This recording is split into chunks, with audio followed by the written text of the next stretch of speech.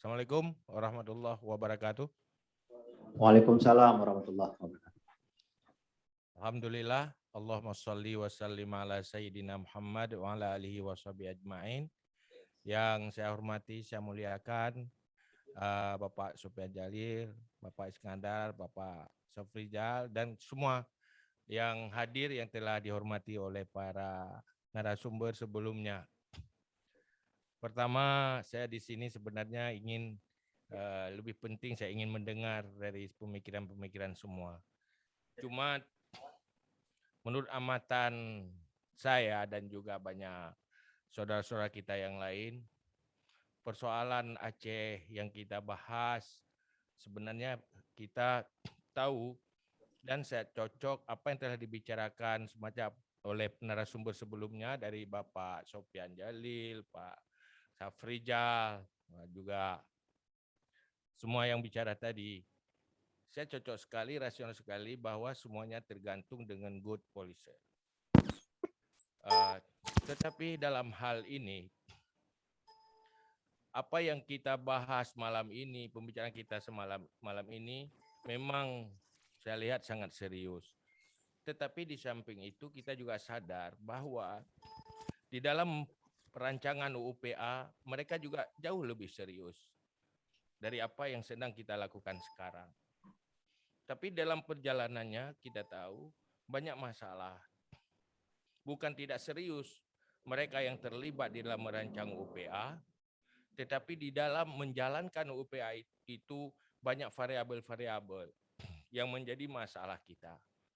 Cuma hal yang pertama, maunya kita yang sudah berada di 16 tahun, banyak yang telah kita lalui, kita jalani, maka pertama, hal yang paling baik, kita belajar dari kegagalan dan kelemahan masa lalu kita. Itu hal yang paling pertama. Setelah kita lihat-lihat, mungkin banyak hal yang banyak variabel yang kita mau bahas, tetapi ya tidak mungkin lewat forum dalam waktu yang singkat. Tetapi yang perlu saya lihat begini, kalau saya ambil kesimpulannya bahwa di dalam sebuah politik pemerintahan selalu ada pelakunya, selalu ada leader-leadernya, tetapi yang kita tahu bahwa good policy itu baru terjadi apabila kita mampu menghasilkan pemangku-pemangku amanah itu orang yang punya kapasitas menghasilkan kebijakan-kebijakan yang baik dan bagus. Tetapi good policy itu banyak predatornya di dalam sebuah paradigma politik yang sedang kita jalani sekarang. Kita tahu semuanya bermuara dari dunia perpolitikan. Yang terlibat dalam politik itu tidak cuma para elit, tidak cuma politik society, tetapi juga ada di sana civil society, yaitu rakyat yang terlibat. Yang menghasilkan pengurus-pengurus negeri ini adalah di sana. Kita tahu yang bermasalah tidak cuma di level tingkat tinggi, tidak cuma level seorang gubernur kalau di provinsi, tidak cuma di level bupati, malah di level kepala desa menjadi bermasalah di dalam memilih orang-orang yang punya kapasitas yang mampu mengambil kebijakan-kebijakan yang lebih baik untuk masyarakat dan untuk publik. Di sini saya melihat begini, idealnya kalau di dalam konsep seorang muslim, kita Aceh khususnya orang muslim itu, siapapun yang masuk ke ruang publik adalah orang-orang yang sudah benar-benar selesai dengan kepentingan pribadinya dan kepentingan kelompoknya. Artinya, mereka benar-benar hadir untuk bermanfaat kepada yang lain. Sementara, mampukah di saat politik ini, kita berdemokrasi ini, masyarakat kita mampu menghadirkan pemimpin-pemimpin yang seperti itu, maka dalam hal itu banyak hal, khususnya di Aceh saya lihat, terjadilah elemen-elemen yang eksklusif dengan dirinya masing-masing. Karena di bawah sebuah pemerintahan banyak elemen-elemen. Elemen-elemen ini punya kepentingan masing-masing. Malah punya kepentingan pribadi. Kebijakan yang ideal itu banyak predatornya, yaitu kepentingan pribadi dan kelompok. Karena mereka juga punya alasan kenapa harus mengutamakan kepentingan pribadi. Di sini kita tidak ingin salah menyalahkan. Maka dalam hal itu, dalam menghadapi demokrasi ini, perbaikan perilaku demokrasi ini untuk daerah di mana mereka semuanya Muslim, maunya kita harus memperbaiki paradigma politik ini lewat konsep Islam. Kalau pertama, bagaimana Muslim itu di dalam mencari rezeki yang halal. Bahwa dalam rezeki itu ada halal dan haram. Di saat dia berada di tampuk atau pemegang amanah, di situ berlaku halal haram dalam semua sikap dan perilaku mereka. Tetapi untuk menghasilkan manusia-manusia yang punya mindset seperti itu butuh kehadiran agama untuk memperbaiki itu. Maka dalam hal itu, setelah kita analisa-analisa, alangkah baiknya kita punya sebuah modal yang paling efektif untuk perbaikan itu, yaitu regulasi syariat. Tapi setelah sekian lama, kita punya amanah undang-undang, siapapun yang diamanahkan untuk menjalankan pemerintahan di Aceh, dia harus menjalankan konsep syariat. Tapi syariat ini juga menjadi eksklusif. Dia tidak hadir memperbaiki semua aspek kehidupan. Ini jadi juga masalah. Di dalam sejarah Muslim-Muslim dan ulama masa lalu itu, kita telah melewati fase kenabian, fase Khulafaur Rasyidin, fase Amirul Mukminin, fase kesultanan. Akhirnya adalah fase kesultanan. Kita melihat para ulama masa lalu itu, dia menulis macam literatur Islam yang berkaitan dengan perbaikan kesultanan. Sementara kita berada sekarang di era demokrasi, khususnya di Aceh. Aceh dulu adalah Aceh di saat Kesultanan Islam. Sekarang generasi ini berada Aceh sebuah provinsi dan bagian dari sebuah negara kesatuan. Dengan adanya regulasi syariat Islam. Maka kelihayan dan bijaksana memfungsikan nilai syariat untuk menjadi solusi bagi semua aspek ini yang belum serius, tidak berfungsi. Juga berfungsi kepada bidang-bidang yang lain.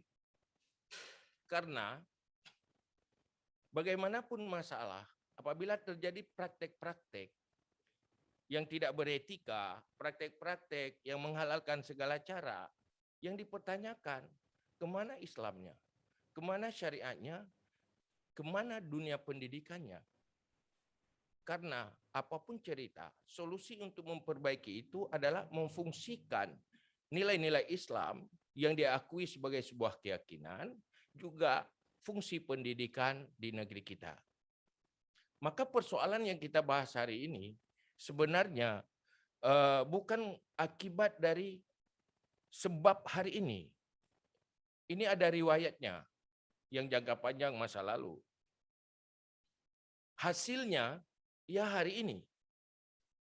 Maka dalam forum-forum saya sering berkesimpulan begini. Kapan Aceh bisa bagus, bisa baik, ujung-ujungnya mampukah kita robah paradigma politik kita yang menghasilkan orang-orang yang mengurus negeri ini dari semua tingkat, sampai tingkat ke bawah, sampai tingkat pemimpin desa, bisa menghasilkan pemimpin-pemimpin yang benar-benar punya amanah. Mereka yang tidak punya kepentingan pribadi, kepentingan kelompok di situ. Siapapun yang memimpin Aceh pasti akan berhadapan dengan banyak elemen yang semuanya ada masalah dengan dirinya sendiri. Mereka berjuang untuk kepentingan dirinya masing-masing. Mereka tidak peduli dengan elemen yang lain. Maka untuk menjaga keseimbangan ini, hadirlah leader untuk menjaga keseimbangan itu. Artinya jangan sampai ada kepentingan pribadi, kepentingan kelompok yang menjadi sumber predator bagi kepentingan yang lebih luas dan jangka panjang. Maka dalam hal ini kita perlu melahirkan sebuah formula yang tepat di dalam menginterpretasi syariat di Aceh, benar-benar memberi solusi bagi semua aspek kehidupan. Dia tidak eksklusif. Juga dunia pendidikan harus hadir memberi solusi bagi semua aspek yang sedang dihadapi dan yang akan dihadapi ke depan. Maka oleh karena itu, saya cuma mengajak hal yang paling tepat, kembalilah lewat pandangan syariat di dalam melihat sebuah masalah. Hal yang lebih menarik yang sering saya ungkapkan di forum-forum, yaitu sebuah ungkapan Sayyidina Ali, at-tama'u mani'un an kulli haq. Keserakahan dan ketamakan adalah sumber penghalang tegaknya keadilan dan kebenaran. Kita tidak miskin konsep, banyak konsep yang bagus, dan apalagi yang hadir di tokoh-tokoh di sini. Kita melihat pemikirannya sangat bagus, sangat solutif. Tetapi di dalam mengeksekusi itu tidak gampang. Di sana banyak predator dari sebuah idealisme. Di sana banyak predator yang menghancurkan niat-niat baik. Maka butuh kekuatan. Untuk sebuah kebaikan itu butuh kekuatan. Nah, maka ini saya dulu terinspirasi menulis sebuah buku dengan sebuah judul bahwa untuk perbaikan bangsa ini ke depan, kita harus melakukan apa yang telah dilakukan oleh para pendahulu Islam. Yang utama sekali adalah Rasulullah. Rasulullah berhasil memperbaiki peradaban Islam itu dengan dua hal. Artinya dakwah Rasulullah itu mampu memperbaiki manusia dengan dua hal. Pertama, orang-orang kuat dia mampu memperbaiki, dan orang-orang yang artinya memperbaiki orang kuat dan memperkuat orang yang baik. Karena sebuah kebaikan tanpa kekuatan dia tenggelam oleh arus kezaliman yang lebih kuat. Maka dunia dakwah kita perlu kita tinjau kembali bagaimana formula dakwah kita untuk menghadirkan nilai syariat Islam berfungsi untuk memperbaiki itu. Jangan sampai kita menafsirkan syariat Islam eksklusif lagi. Bagaimana itu kita perkuat arus itu. Itu harus difungsikan. Karena semuanya Muslim, semuanya sepakat dengan Islam. Maka orang harus tahu bagaimana etika Islam di dalam aspek kehidupan yang di luar menyangkut dengan ibadah. Islam yang kafah itu adalah Islam yang memberi solusi bagi semua aspek. Karena apapun cerita, kita kembali kepada peringatan Allah dalam Al-Quran. Zaharal fasadu fil barri wal bahri bima kasabat aidinas. Semua kerusakan di laut dan di bumi ini tidak lepas dari ulah tangan manusia. Kita bukan tidak punya konsep yang bagus, tetapi konsep yang bagus itu akan berada di tangan yang mana? Tangan punya kapasitas. Sementara kita tahu di dalam era demokrasi ini yang memilih orang-orang pemegang amanah adalah rakyat di sana. Apakah mereka orang yang punya kapasitas sehingga tahu siapa yang dia pilih? Akhirnya kita terjebak kepada dalam sebuah praktek yang memilih tidak layak untuk memilih, yang akhirnya akan terjadilah yang dipilih tidak layak untuk dipilih karena dihasilkan oleh pemilih yang tidak layak untuk memilih. Butuh sebuah edukasi yang paling mendasar sehingga berubah paradigma politik kita. Kalau ulama punya konsep lewat dakwahnya, kita harus sempurnakan kembali. Kita juga punya pendidikan, fungsikan dunia pendidikan itu. Ada edukasikan rakyat supaya mereka mampu melahirkan pemimpin-pemimpin yang punya kapasitas. Tidak cuma di tingkat yang tinggi, tapi di tingkat yang paling bawah. Karena praktek-praktek yang tidak produktif, yang bermanfaat untuk rakyat, juga terjadi di tingkat yang paling bawah. Karena mereka melepaskan diri dari konsep halal haram di dalam sikap dan perilaku. Sementara kita tahu bahwa hadir Islam untuk memanage semua perilaku Muslim. Yaitu yata'allaku bi'af'alil mukallaf. Semua perilaku Muslim itu ada halal haramnya dalam Islam. Kalau bukan halal, ia haram. Kalau bukan haram, ia halal. Sementara kita melihat apa yang kita keluhkan semuanya dilihat dari kacamata Islam, nampak banyak di sana perilaku-perilaku menghalalkan segala cara yang tidak sesuai dengan identitas seorang Muslim. Inilah yang terjadi. Akhirnya konsep ini menjadi batal atau hancur oleh perilaku yang menjadi virus atau predator bagi sebuah pemikiran dan konsep yang bagus. Maka intinya, mari kita fungsikan nilai syariat Islam dengan menginterpretasikannya dan melakukan transformasi-transformasi yang memberi solusi sehingga memperbaiki perilaku-perilaku pelaku politik dan pelaku-pelaku pemegang amanah. Jadi kalau saya tidak ingin menyalahkan siapa-siapa. Karena kalau menyalahkan yang pemimpin, karena pemimpin itu tanpa dipilih oleh masyarakat juga tidak akan jadi pemimpin. Kalau memang mau menyalahkan pemimpin, yang memilih juga salah. Tetapi bukan itu persoalan kita sekarang. Maka sekarang hal yang paling penting, ayo belajar dari kesalahan masa lalu, kekeliruan masa lalu untuk masa depan yang lebih baik. Konsep yang bagus masa lalu tidak terjadi bukan semata-mata karena tidak bagusnya konsep. Bukan karena mereka tidak serius melahirkan konsep oleh para pendahulu kita. Tetapi ada perilaku-perilaku yang menjadi predator dan virus yang menghambat keadilan itu. Maka penyakit yang paling utama adalah dakwah kita, syariat Islam kita belum mampu menghancurkan sifat tamak dan perilaku serakah. Artinya etika-etika itu bertentangan dengan moral Islam. Maka oleh karena itu, akhir kata untuk sementara di sini, saya ingin hanya mengajak, mari interpretasikan syariat Islam menjadi solusi yang terbaik untuk Aceh. Carilah sebuah formula yang tepat bagaimana memperkuat dakwah-dakwah itu, baik dakwah yang menyangkut dengan perilaku, politik, dan semua aspek kehidupan kita.